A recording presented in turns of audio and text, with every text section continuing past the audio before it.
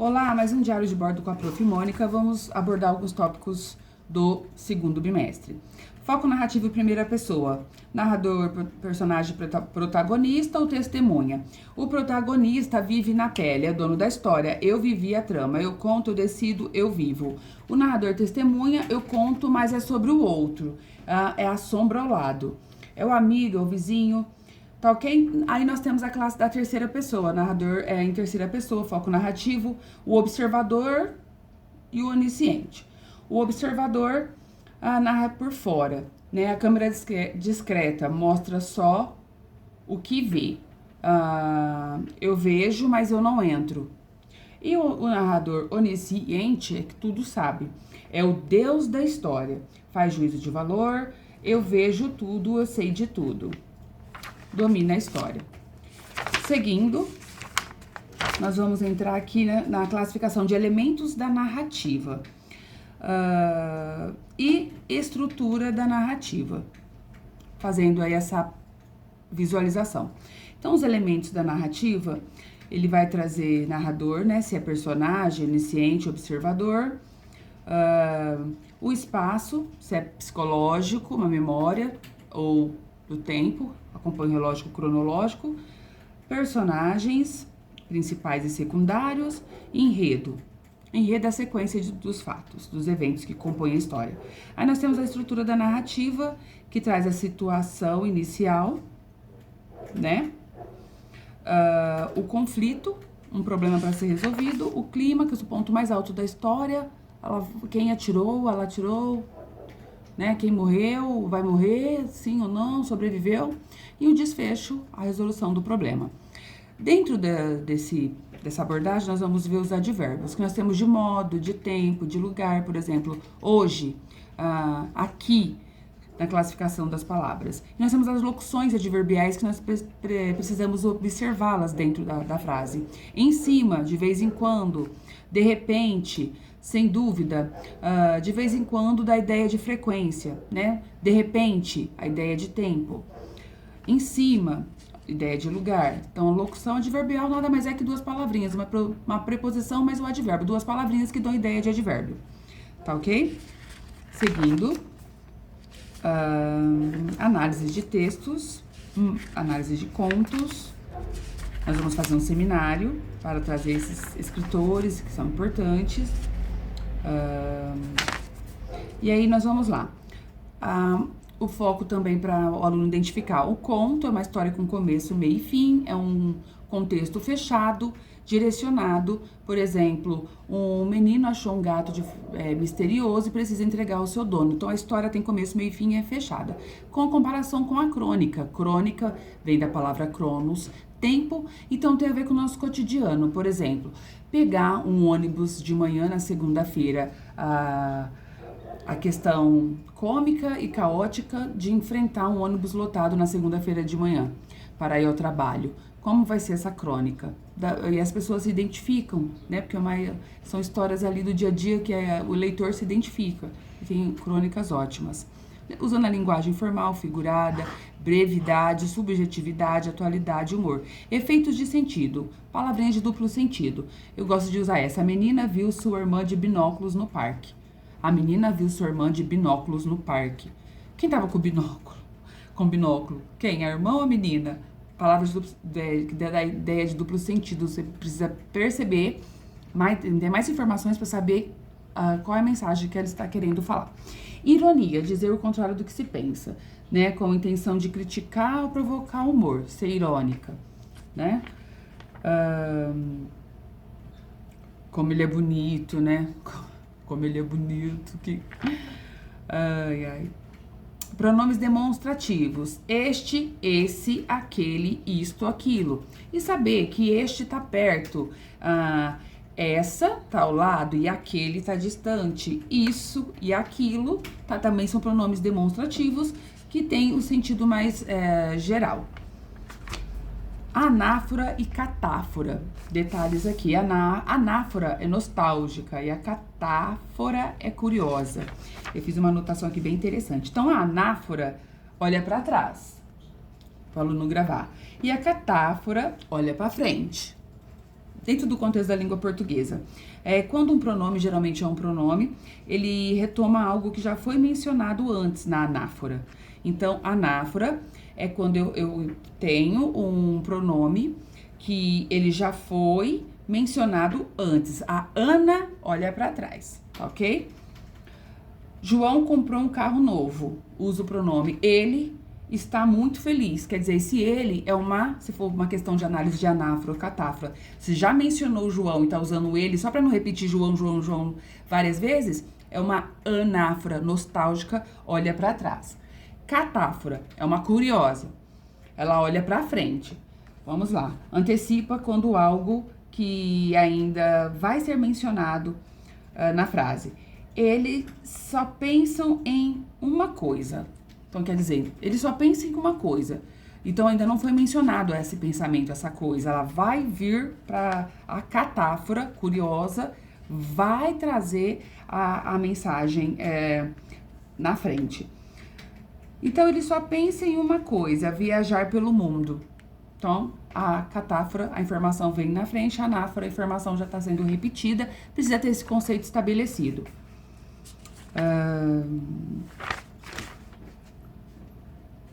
Vamos lá. Informações interessantes. Aí nós iremos entrar além das escritores, né?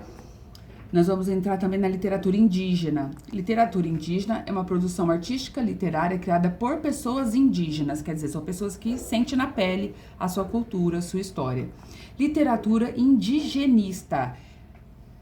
Nós temos 3 tipos. Indigenista fala sobre os indígenas, sobre o seu modo de ser e outros temas relacionados, de forma a dialogar com a luta dos diferentes povos que favorece o protagonismo indígena. Tá ok? Então, indigenista, além de falar dos diferentes povos indígenas, fala do modo de ser e favorece o protagonismo do índio. E literatura indianista. Trazem a língua do indígena como bom selvagem geral de forma romantizada. É quando o europeu vai escrever sobre o índio. Então, ele tem o estereótipo, tá? Caracterizando o índio de uma visão da Europa. 3 literaturas: indígenas, indigenistas e indianistas. Eu preciso saber, tá ok? Indígena, o próprio indígena conta a sua história, indigenista já fala sobre os povos, os sonhos, o modo de ser, deixando o índio ser protagonista dessa vez na história, né? E indianista é um europeu escrevendo de forma estereotipada, como ele vê o índio, né? Lábios de mel, pele macia, e o índio que anda com o pé no chão, né, passa óleo de fígado para afastar os insetos de peixe, né? Óleo de fígado de peixe para afastar. Então, não é assim como o europeu descreve nas suas literaturas. Seguindo a acentuação. Aí tem uma musiquinha legal, uma musiquinha legal, que para gravar, né? São as acentuadas as oxítonas, terminadas em A, E, O, em, ens, o plural dessas palavras, né? Dessas letras. São acentuadas as paroxítonas terminadas em I, is, us, R, L, X, N, e o plural, uns. Isso aqui tem uma musiquinha que eu acho que é bem legal para gravar. Ans, P, ons. Então, terminou assim, vai levar acentuação. E todas pro paroxítona são acentuadas. Então, exemplo de oxítona, que termina em o, a, os, ens. Também, parabéns, guaraná, terminou em a. Aí, esse aqui é exercício prático, tem que praticar. Paroxítonas. Júri, terminou em i. Caráter, terminou em R. Túnel, uma paroxítona, porque são duas, a última sílaba acentuada oxítona, penúltima sílaba acentuada paroxítona, terceira sílaba acentuada pro paroxítona. Isso aqui é prática de escrita, exercícios. Ok? Isso aqui tem que praticar para poder registrar e gravar, colocar uma musiquinha também para ajudar no entendimento. Vamos seguindo, análise e interpretação das histórias. Deixa eu ver mais aqui. Análise de gráficos, infográficos, artigo de opinião, o que é fato, o que é boato.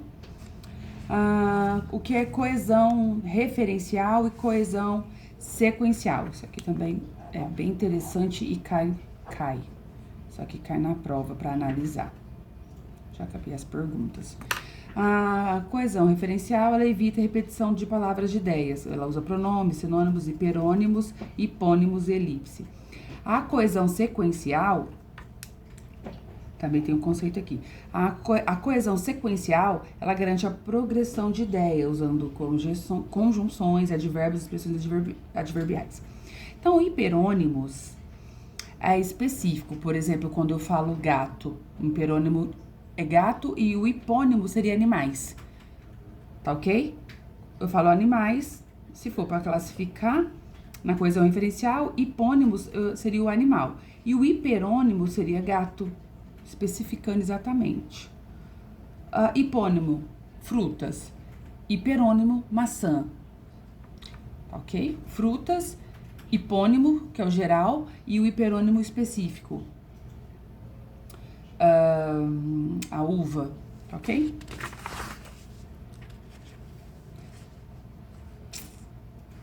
Importante isso aqui também frisar, que isso aqui cai com certeza nas questões práticas da gramática.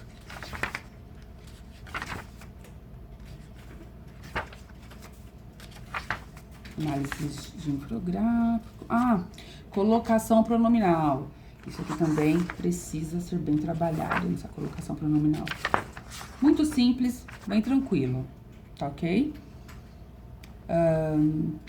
Dentro da colocação pronominal, vamos trazer aqui qual que é uma função do artigo científico. Comunicar os resultados de uma pesquisa para a comunidade científica e contribuir para a construção do conhecimento. É meio óbvio, né? Mas essa pergunta, a função do artigo científico é trazer os resultados de uma pesquisa para a comunidade científica e contribuir para a construção do conhecimento. Então, tipos de colocação pronominal: apróclise, ênclise, mesóclise. Próclise eu associo com pré. Próclise, pré. É quando o pronome vem antes do verbo. Ênclise é quando eu coloco como the end. Ênclise, end, fim. Quando o pronome vem no final do verbo. E a mesóclise, meio. Mesóclise, meio. Quando o pronome vem no meio do verbo, são aquelas palavras mais... chique, aquelas palavras chiques de falar, eruditas, sofisticadas. Tá ok? Então, próclise. A próclise tem mais regras para lembrar, tá? Que tem alguns termos, algumas palavras que atraem o pronome na frente do verbo, e aí você vai saber que é uma próclise. Vamos lá. Não me escreveu. Então, esse não, essa palavra negativa, não, nunca, ele vai puxar. Não escreveu-me. Não, não é assim. É uma próclise. O pronome vem antes do verbo. Não me escreveu. Não me escreveu. Escreveu antes do verbo. Ênclise, final, tende. Eu vou seguindo aqui, assim que para você lembrar na hora, tá? The end, ênclise, quando o verbo vem depois, no final, o pronome vem no final do verbo. Escreveu-me, escreveu-me, mas aí não tem a palavrinha não, nunca, não tá puxando, tá ok? Escreveu-me, começou já com o verbo. Escreveu-me, peraí, é próclise, ênclise ou mesóclise? O pronome tá no final do verbo, então the end é uma ênclise. Mesóclise, verbo. Mesóclise, quando está no meio do verbo, a preposição ali, o pronome. Escrever-me-á. Escrever-me-á. Ideia também de futuro, né? Futuro do pretérito, da ideia do futuro do presente e futuro do pretérito, aquela ideia. Escrever-me-á. Percebe que a palavra é diferente, ela Mas, lembrar, nossa, uma palavra que não é falada no dia a dia, mas na escrita, ela é necessária estar escrita formalmente. Então, a mesóclise é aquela palavrinha chique. Escrever me-a, você fala, opa, essa daqui tá no meio. Mesóclise, meio. Ênclise, tende, no final. Escreveu-me, próclise, pré, tá antes do verbo. Não me escreveu, nunca me escreveu. Tá ok? Prática de exercícios. Deixa eu ver questões importantes. Além das interpretações de texto. E agora eu vou passar por uma outra análise que eu achei interessante. Vamos lá. Para avançar, o que importa, o que realmente importa, que vai cair na avaliação, né? E aí nós teremos brilho, sucesso. Brilha. Correr pro abraço. Esse tipo de conteúdo exige exercícios práticos. Então, temos que fazer exercícios. Preparar o material.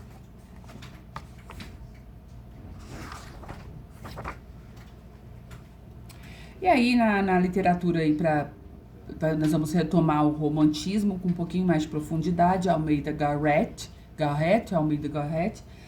O romantismo não tem modelo a ser seguido, surgimento de um público consumidor, romance narrativo em prosa, capítulos, individualismo, pessoal e subjetivo, exaltação da pátria, volta à Idade Média, cristianismo, imaginação, subjetivismo, sensibilidade, evasão da realidade, sonha, né? Folclore, liberdade, imagem idealizada do homem e da mulher, versos livres, brancos, estrofação irregular. Eu já tenho ideia, então, que nós estamos falando para analisar, se trouxer um poema, um texto, Este Inferno de Amar, de Almeida Garrett, eu tenho que saber que ele é da época do romantismo, porque ele vai apresentar essas características de liberdade, versos livres, brancos, não se preocupa com a rima, não se preocupa com a estrofe. Tá ok? Acho que também nós temos aqui um termo de entender o parágrafo. Qual o tópico frasal de cada parágrafo, analisar então cada parágrafo e saber qual a ideia central, o tópico frasal daquele parágrafo quer passar. E isso aí é o contexto aí do segundo bimestre. Então, aqui eu quero trazer uma visão geral da análise sintática. Se divide em 3 grandes categorias: essenciais, termos integrantes e termos acessórios. Tá ok? Então vamos lá. Os termos essenciais são o sujeito e predicado. O sujeito é quem se fala e o predicado é que se diz o sujeito. A menina sorriu. A menina fez a ação, o restante é predicado. Termos integrantes são os que completam o sentido de certos verbos ou nomes. São eles objeto direto e indireto. Complemento nominal e agente da passiva. Faz parte dos termos integrantes. Que completa o nome, aí nós temos exercícios, a palavrinha está completando o nome, está fazendo sentido para o verbo ou para o nome, tá ok? Exercícios práticos. Então vamos lá, e agente da passiva. Exemplo, como objeto direto. Ela escreveu uma carta, ela escreveu o quê? Quando fazer a perguntinha, o que é um objeto direto? Ela gosta de música, ela gosta de quê? Já não está perguntando o quê? De quê? Objeto indireto. Ok? Seguindo, vamos lá. Os termos acessórios são os que trazem informações extras, como adjunto adnominal, adjunto adverbial e aposto. Se a palavra responde quem ou o que de quem, ela provavelmente é um sujeito. Se indica tempo, lugar e modo, é um adjunto adverbial. Advérbio. Uma palavrinha junto do advérbio, né? Se acompanha o substantivo, é um adjunto adnominal. Se tá dando adnominal, é uma palavrinha que completa o sentido do nome, do substantivo nome, ok? Se explica um termo anterior, é um aposto. Vocativo, quando evoca, Ana, vem aqui. E aposto é quando explica o termo, dentro da análise sintática. Observe sempre o que está perguntando. É uma análise sintática ou uma análise morfológica? E às vezes na prova ele faz a questão vem misturada. Ele mistura o sujeito, que é nós falamos de, temos que pensar de análise sintática, sujeito e predicado. E ele vai perguntando o que é o substantivo. O substantivo é análise morfológica, que são 10 classes que eu preciso saber quem é quem. Tá? Nome aos bois. Tá ok? Exemplo do aposto, ela comprou frutas, maçã, banana, laranja, apontando com vírgula, mas aí o que a